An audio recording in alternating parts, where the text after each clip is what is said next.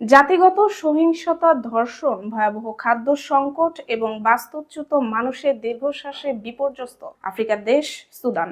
দীর্ঘ গৃহযুদ্ধে দেশটিতে এখন পর্যন্ত অন্তত 1.5 লাখ মানুষের প্রাণ গেছে, বাস্তুচ্যুত হয়েছে কোটি মানুষ। এমন বাস্তবতায় জাতিসংঘ সুদানকে বিশ্বের সবচেয়ে ভয়াবহ মানবিক সংকটের দেশ হিসেবে ঘোষণা দিয়েছে।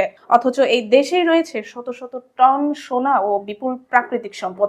অব্যবস্থাপনা, ক্ষমতার দ্বন্দ্ব ও সম্পদের কালোবাজারি বাণিজ্যের কারণে সোনায় সমৃদ্ধ সুদানে আজ অন্তত 25 লাখ মানুষ অনাহারে দিন কাটাচ্ছে।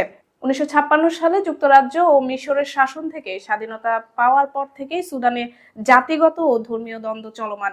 1983 সালে ইসলামী শরিয়া আইন চালুর পর দক্ষিণ সুদানের সঙ্গে গৃহযুদ্ধ তীব্র হয়। 1989 সালে সামরিক অভ্যুত্থানের মাধ্যমে ক্ষমতায় আসেন ওমর আল বশির। 2019 সালে গণবিক্ষোভের মুখে বশিরের পতন ঘটে। এরপর সামরিক ও বেসামরিক শাসনের টানাপোড়েনের মধ্যেই 2021 সালে আবারও অভ্যুত্থান হয়। এই ক্ষমতার দ্বন্দ্ব থেকেই বর্তমান সংঘাতের সূচনা। বর্তমান যুদ্ধে মুখোমুখি দুই শক্তি, সুদানের সেনাপ্রধান general Abdel Fattah al Burhan এবং কুখ্যাত র্যাপিড সাপোর্ট ফোর্সেস এর প্রধান মোহাম্মদ হামদান দাগালো। দুই পক্ষের সংঘর্ষই দেশটিকে মানবিক বিপর্যয়ের দিকে ঠেলে দিয়েছে। সুদানের বিভিন্ন খনিতে কয়েকশো টন সোনা মজুত রয়েছে।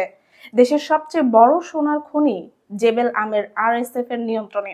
দাগালের পরিবারের সঙ্গে যুক্ত আল জুনায়েদ কোম্পানি খনিটি পরিচালনা করছে। দারফুর ও দক্ষিণ কোরদফানের অধিকাংশ সোনার খনিও RSF এর দখলে। 2024 সালে এসব খনি থেকে অন্তত 10 টন সোনা উত্তোলন করা হয়েছে, যার বাজার মূল্য প্রায় $860 মিলিয়ন। এর বড় অংশ অবৈধভাবে সংযুক্ত আরব আমিরাত ও মিশরে পাচার হয়।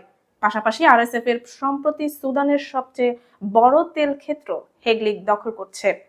এই সোনা ও তেলের অর্থ দিয়ে কেনা হচ্ছে অস্ত্র, যা ব্যবহৃত হচ্ছে সাধারণ মানুষের বিরুদ্ধে।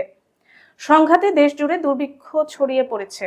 আন্তর্জাতিক অভিবাসন সংস্থা IOM জানিয়েছে বর্তমানে সুদানে 3 কোটি মানুষের মানবিক সহায়তা প্রয়োজন। এর মধ্যে 96 লাখ মানুষের দেশের ভেতরে বাস্তুচ্যুত এবং 43 লাখ মানুষ প্রতিবেশী দেশ আশ্রয় নিয়েছে। 7 লাখের বেশি শিশু মারাত্মক অপুষ্টিতে ভুগছে এবং 24 লাখের বেশি মানুষ অনাহারের মুখে। ইউনিসেফ জানায় প্রায় 14 লাখ শিশু দুর্ভিক্ষের ঝুঁকিতে রয়েছে এবং 1,40,00,000 শিশু বিদ্যালয়ের বাইরে, যা দেশের মোট শিশুর 4/5। এদিকে যুদ্ধের প্রভাবে সুদানি পাউন্ডের মূল্য ব্যাপকভাবে কমে গেছে। 2025 সালে দেশটির মুদ্রাস্ফীতি দাঁড়িয়েছে 113%। সোনা ও তেলের ঝলকানির আড়ালে সুদানের সাধারণ মানুষ আজ ক্ষুধা, সহিংসতা আর অনিশ্চয়তার সঙ্গে লড়াই করছে। এক ভয়াবহ মানবিক ট্র্যাজেডির নাম সুদান।